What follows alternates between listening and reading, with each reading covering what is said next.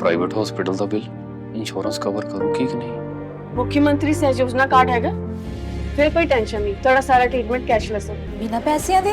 जी हाँ, ਹਰੇਕ ਨਾਗਰਿਕ ਜਿਹੜਾ ਹੈ ਉਹ ਮੁੱਖ ਮੰਤਰੀ ਸਿਹਤ ਕਾਰਡ ਜਦੋਂ ਬਣ ਗਿਆ ਤਾਂ ਉਹ 10 ਲੱਖ ਰੁਪਏ ਦਾ ਮੁਫਤ ਤੇ ਕੈਸ਼ਲੈਸ ਜਿਹੜਾ ਇਲਾਜ ਕਰਾਉਣ ਦੇ ਕਾਬਿਲ ਵੀ ਹੋਊਗਾ, ਐਲੀਜੀਬਲ भी होगा। पंजाब सरकार लेकर आई है दुनिया की पहली सेहत योजना। अब पैसे के कारण पंजाब का कोई भी नागरिक बढ़िया इलाज से वंचित नहीं रहेगा। सेहत का हक सबके लिए। जय संविधान, जय भीम, महात्मा गांधी की जय, गोडसे मुर्दाबाद। देखिए, आज ऐसे व्यक्तित्व के बारे में बात करना चाहता हूं जिस व्यक्तित्व की बड़ी रहस्यमयी शख्सियत है। बाकी लोगों के बारे में कहा जाता है जो वो कहते हैं वो उससे सहमत होते हैं, और कुछ लोगों के बारे में कहा जाता है जो वो कहते हैं ठीक उसका उल्टा समझिए। बहुत वयोवृद्ध नेता हैं, बहुत श्रद्धेय नेता हैं, बहुत पुराने नेता हैं, बहुत बड़े नेता हैं और बहुत बड़ी फॉलोइंग के नेता हैं। ये चर्चा शुरू करने से पहले मैं ये बिल्कुल स्पष्ट कर दूं, मैं किसी पे कोई आरोप नहीं लगा रहा हूं, मेरे पास किसी चीज के कोई प्रूफ्स नहीं है, लेकिन मैं केवल एक दिमाग में जो बात आ रही है, और हजारों लोगों के दिमाग में ये बात आ रही है। कई लोगों से मेरी चर्चा हुई, कई जगह मैंने ये विचार प्रकट किया तो लोगों ने उससे सहमति जाहिर की। इसलिए मेरे को लगा कि इसके अंदर और ज्यादा मनन चिंतन करने की आवश्यकता है। ये बात बिल्कुल सही है कि वो व्यक्तित्व महाराष्ट्र का एक बहुत बड़ा नेता है जिसने राजनीति को इतनी अच्छी तरह से समझा है और अपने प्यादे इतनी अच्छी तरह से बिठाए हैं कि उसकी सानी मिलना बहुत मुश्किल है। जब सोनिया गांधी को प्रधानमंत्री बनाने की बात हुई तो विदेशी महिला के नाम पे उन्होंने कांग्रेस छोड़ी। तारिक अनवर साहब के और संगमा जी के साथ उन्होंने एनसीपी बनाई और उसके निर्विवाद नेता रहे लंबे समय तक। पूरी तरह से उनका बोलबाला रहा और उनका विकल्प कोई नहीं रहा। बड़े ऐसे नेता जो बारामती और आसपास के इलाके में निर्विवाद है, उनका परिवार। अच्छा, व्यक्तित्व भी इतना अच्छा कि उन्होंने अपने परिवार को, केवल अपने परिवार को आगे नहीं बढ़ाया बल्कि अपने भाई और अपने पूरे रिश्तेदारों के परिवारों को आगे बढ़ाया और सबका साथ दिया। रोहित पवार आप जानते हैं, अजीत पवार आप जानते हैं, सुप्रिया सुले उनकी बेटी हैं, लेकिन उन्होंने उसमें कोई भेदभाव नहीं किया और अपने वृहद परिवार के लिए उन्होंने काम किया। और यह जरूर था कि ज्यादातर समय उन्होंने सेकुलर पार्टियों का साथ दिया, महाविकास अघाड़ी की सरकार बनवाई और महाविकास अघाड़ी की सरकार बनाने में उनका बहुत बड़ा योगदान था। शरद पवार जी का बड़े मराठा नेता, निर्विवाद मराठा नेता, बड़ी फॉलोइंग, अपने अकेले बल पर उन्होंने महाराष्ट्र के अंदर अपनी एक पार्टी इतनी सुदृढ़ बना ली कि बारामती में कुछ भी हुआ उन्हें हराने वाला कोई पैदा नहीं हुआ।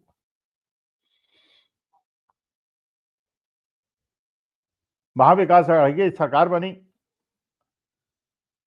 उद्धव ठाकरे मुख्यमंत्री बने, Ajit Pawar deputy chief minister बने, कांग्रेस, एनसीपी और शिवसेना के सहयोग से एक सरकार बनी, 2-2.5 साल चली।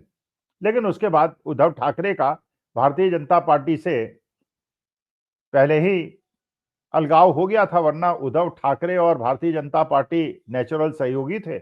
उद्धव ठाकरे अलग हो गए, पूरी शिवसेना, एनसीपी पूरी और कांग्रेस ने मिलकर सरकार बनाई।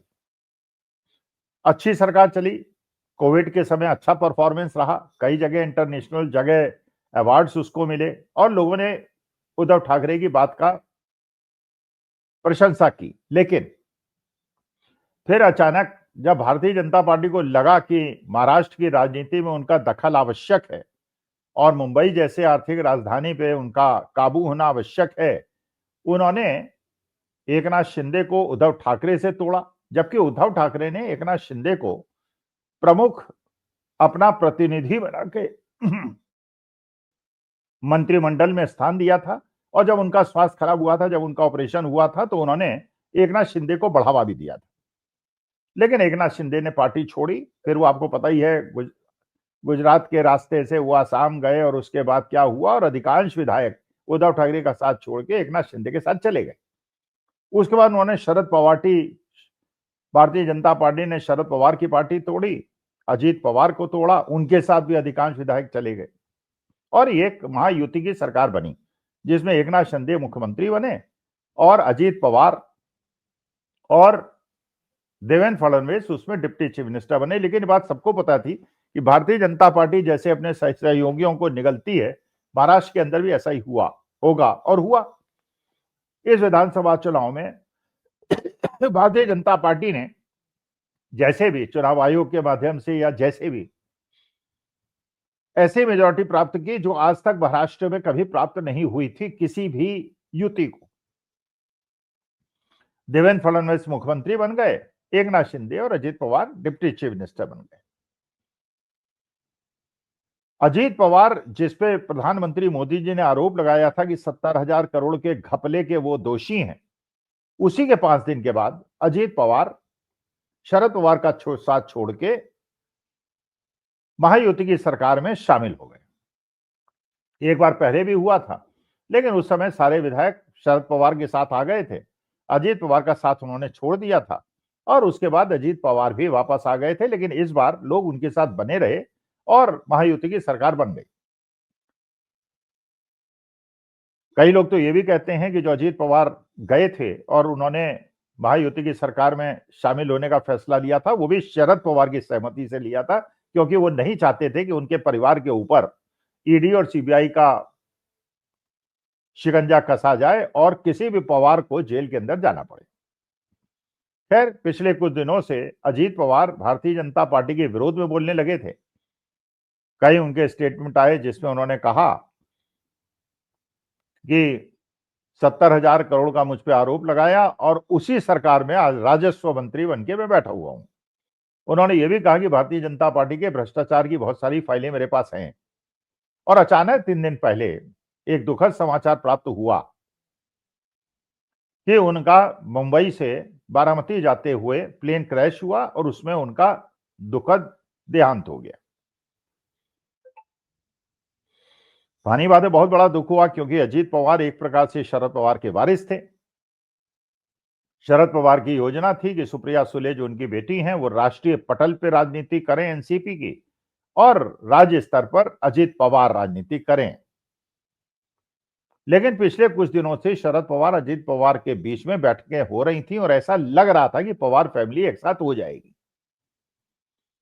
अच्छा, ये भी बात सबको पता है कि शरद पवार के सुप्रिया सुले के अडानी जी से बहुत अच्छे संबंध हैं और राहुल गांधी सबसे ज्यादा अटैक अगर किसी पूंजीपति पे करते हैं तो अडानी जी पे करते हैं। तो राहुल गांधी और शरद पवार के बीच में इस मामले में कतई मतैक्य नहीं है कि अडानी के ऊपर अटैक किया जाए या न किया जाए।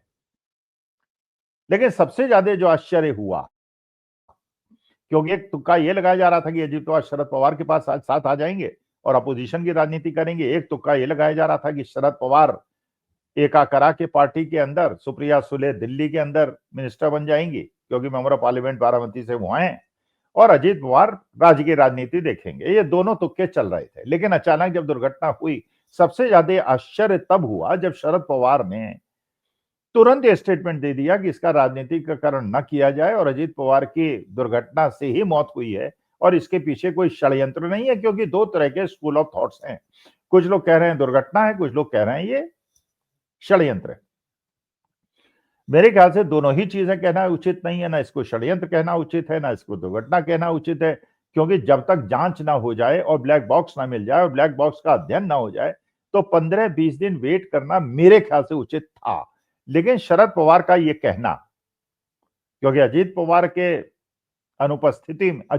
की अनुपस्थिति में जो उनका गुट है वो आजमानी बात है कि या तो वो भारतीय जनता पार्टी की तरफ चला जाएगा या शरद पवार की तरफ चला जाएगा।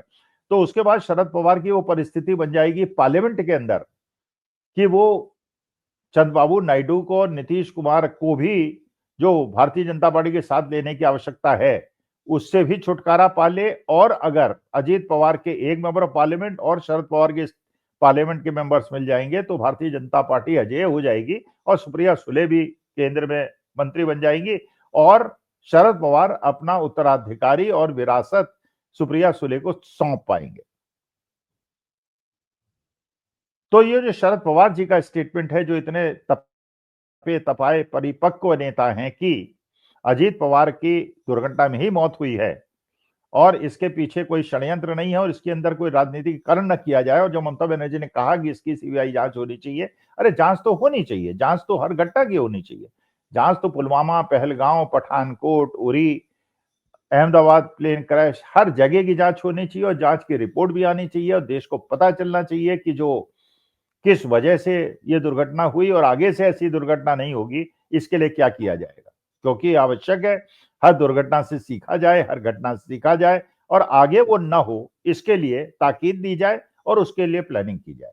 लेकिन शरद पवार जी का ये स्टेटमेंट कुछ प्रश्न चिन्ह तो खड़ा करता है कि इतना वयोवृद्ध, इतना परिपक्व, इतना तपाया नेता बिना जांच के निष्कर्ष क्यों निकाल रहा है और लोगों को चीज को वही रेस्ट करने के लिए क्यों कह रहा है, ये अगले एक दिन महीने के अंदर पता चल जाएगा। निगाह रखेंगे और इसको समझने का प्रयास करेंगे। नमस्कार, धन्यवाद और प्रणाम।